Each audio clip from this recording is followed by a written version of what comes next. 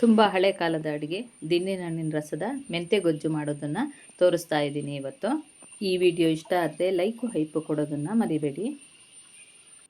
ಇವತ್ತು ನಾನು ದಿನ್ನಿನ ಹಣ್ಣಿನ ರಸದಿಂದ ಗೊಜ್ಜು ಮಾಡಿ ತೋರಿಸ್ತಾ ಇದ್ದೀನಿ. ಇದು ಅವತ್ತು ಶೇಖರಣೆ ಮಾಡಿಟ್ಕೊಂಡಿದ್ದೆ ಅಲ್ವಾ ರಸ ಹಿಂಡಿ, ಅದಕ್ಕೆ ಏನೇನು ಬೇಕು ಅಂತ ಹೇಳ್ತೀನಿ. ಮೆಣಸು, ಜೀರಿಗೆ ಮೆಣಸು, ಬೆಳ್ಳುಳ್ಳಿ, ಉಪ್ಪು, ಬೆಲ್ಲ, ಸಾಸಿವೆ, ಮೆಂತ್ಯ, ಕರಿಬೇವಿನ ಸೊಪ್ಪು. ಹೇಗೆ ಮಾಡೋದು ಅಂತ ತೋರಿಸ್ತೀನಿ. ಮೊದಲಿಗೆ ಒಂದು ಬಾಣಲಿ ತಗೊಂಡು ಎಣ್ಣೆ ಹಾಕ್ಕೊಂಡು ಹುರ್ಕೊಳ್ತೀನಿ. ಮೆಂತ್ಯ ಒಂದು ಅರ್ಧ ಸ್ಪೂನಷ್ಟು, ಸಾಸಿವೆ ಒಂದು 1/4 ಸ್ಪೂನಷ್ಟು, ಮೆಣಸು ಹಾಕ್ಕೊಳ್ತೀನಿ,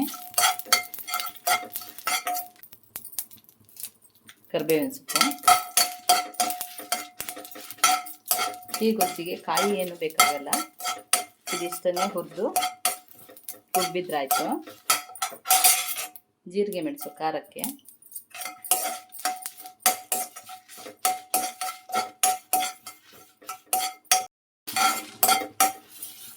ದಿನ್ನಿನ ಹಣ್ಣಿನ ರಸದಲ್ಲಿ 2-3 ಥರದ ಗೊಜ್ಜುಗಳನ್ನು ಮಾಡ್ತೀವಿ. ಅದರಲ್ಲಿ ನಾನು 2 ಥರದ ಗೊಜ್ಜುಗಳನ್ನು ಮಾಡಿ ತೋರಿಸಿದ್ದೀನಿ. ಇದು ಇನ್ನೊಂದು ಕ್ರಮ. ಗೊತ್ತಿಲ್ಲದೆ ಇದ್ದವರು ಈ ಥರನೂ ಮಾಡಿ ನೋಡ್ಬೋದು. ಟೇಸ್ಟ್ ತುಂಬ ಚೆನ್ನಾಗಿರುತ್ತೆ. ಕಾಯಿ ಹಾಕೋದಿಲ್ಲ. ಸಾಕು, ಇದಾಗಿದೆ. ಆಫ್ ಮಾಡ್ಕೊಳ್ತೀನಿ. ಇದನ್ನು ರುಬ್ಬಿ ತಗೊಳ್ತೀನಿ. ದಿನ್ನಿನ ಹಣ್ಣಿನ ರಸನ ಎಷ್ಟು ಬೇಕೋ ಅಷ್ಟು ಬಗ್ಸ್ಕೊಳ್ತೀನಿ. ಇಷ್ಟು ಸಾಕಾಗುತ್ತೆ.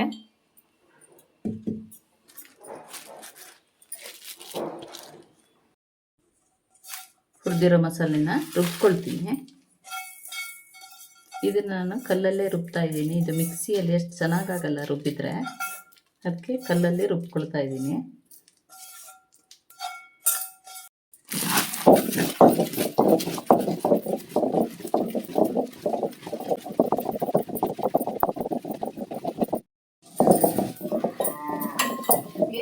ಸ್ವಲ್ಪ ದಿನ್ನಿನ ಹಣ್ಣಿನ ರಸನ ಹೀಗೆ ಸೇರಿಸ್ಕೊಂಡು ರುಬ್ಬಬೇಕು.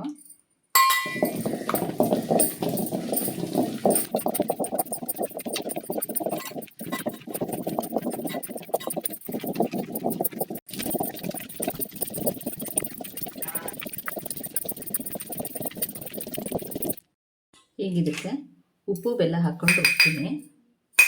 ಸ್ವಲ್ಪ ನುಣ್ಣಗಾಗಿದೆ.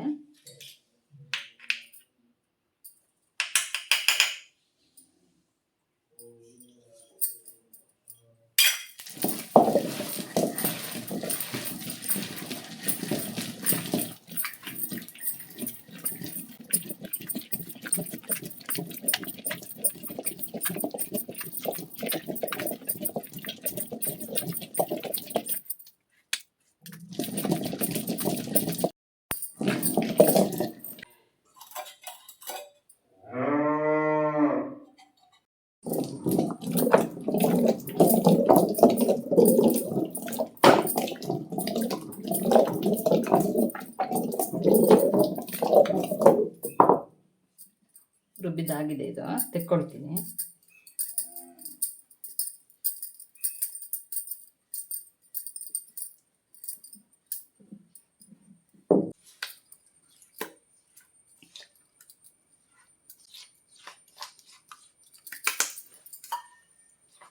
ಇಷ್ಟು ನೈಸ್ ಆಗಬೇಕು. ಟೊಮೆಟೊ ಸಾಸ್ ಎಲ್ಲ ಇರುತ್ತಲ್ವ, ಆ ಥರದಲ್ಲಿ ಆಗಬೇಕು. ನೀರು ಹಾಕದೇ ಇದ್ದರೆ ಇದು 8 ದಿನ ಆದರೂ ಹಾಳಾಗೋಲ್ಲ. ನೀರು ಹಾಕ್ಕೊಂಡ್ರೆ ಒಂದೇ ದಿನಕ್ಕೆ. ತುಂಬ ಟೇಸ್ಟಾಗಿರುತ್ತೆ. ಅನ್ನಕ್ಕೆ, ದೋಸೆಗೆ, ಚಪಾತಿಗೆ ಎಲ್ಲದಕ್ಕೂ ಆಗುತ್ತೆ.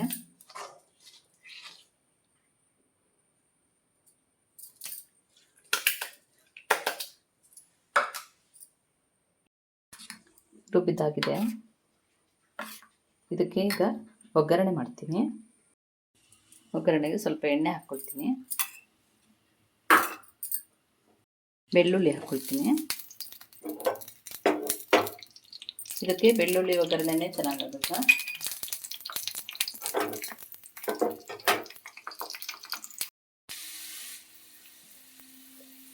ಚೂರು ಸಾಸಿವೆ, ಚೂರು ಜೀರಿಗೆ ಹಾಕ್ಕೊಳ್ತೀನಿ.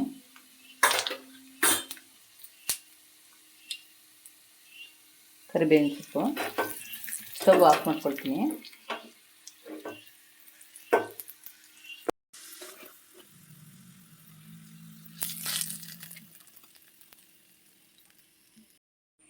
ತುಂಬ ಸಿಂಪಲ್ಲಾಗಿ ದಿಣ್ಣೆಹಣ್ಣಿನ ರಸದ ಗೊಜ್ಜು ಮಾಡೋದು ಹೇಗೆ ಅಂತ ತೋರಿಸಿದ್ದೀನಿ. ಈ ವಿಡಿಯೋ ನಿಮಗೆ ಇಷ್ಟ ಆದರೆ ಲೈಕು, ಶೇರು, ಕಮೆಂಟ್ಗಳನ್ನು ಮಾಡಿ. ಸಬ್ಸ್ಕ್ರೈಬ್ ಮಾಡದೇ ಇರೋರು ಸಬ್ಸ್ಕ್ರೈಬ್ ಮಾಡಿ. Thank you.